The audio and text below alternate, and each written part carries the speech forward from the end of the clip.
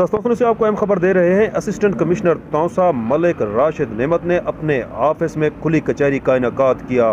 इस मौका पर दर्जनों साइलिन ने दरखास्तें भी पेश की।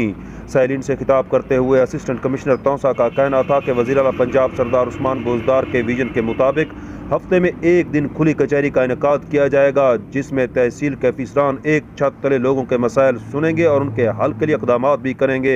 इस मौका पर सिर्फ चंद सहाफ़ियों को ही मदऊ किया गया था, जिस पर सहाफ़ती बरादरी ने भरपूर एहतजाज करते हुए असिस्टेंट कमिश्नर तौसा से मुतालबा किया कि आइंदा तमाम सहाफ़ियों को बुलाया जाए। इनेकाद किया जा रहा है।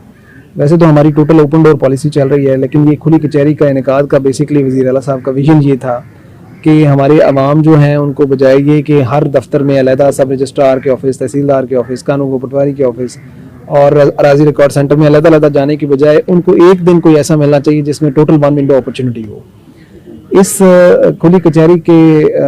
इनेकाद से ये होता है कि हम सुबह से 3 बजे तक बैठ के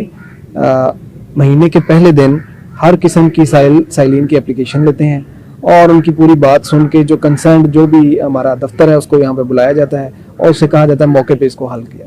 आज सुबह से 39 के करीब दरखास्तें आ चुकी हैं, जिनको हमने तहसीलदार से कुछ कब्जा से मुतालिक थी, कुछ निशानदही से मुतालिक थी, कुछ हमारी बल्दिया से मुतालिक, कुछ आटे की शॉर्टेज से मुतालिक, कोई और भी जिस किस्म की दरखास्तें थी सब साइलिन को उसका उनकी शिकायत का अजाला किया गया है। और अभी भी हम इसी उस पर मिशन पर बैठे हुए हैं कि कोई शख्स ऐसा ना हो जिसकी जो दादरसी है वो ना की जा सके।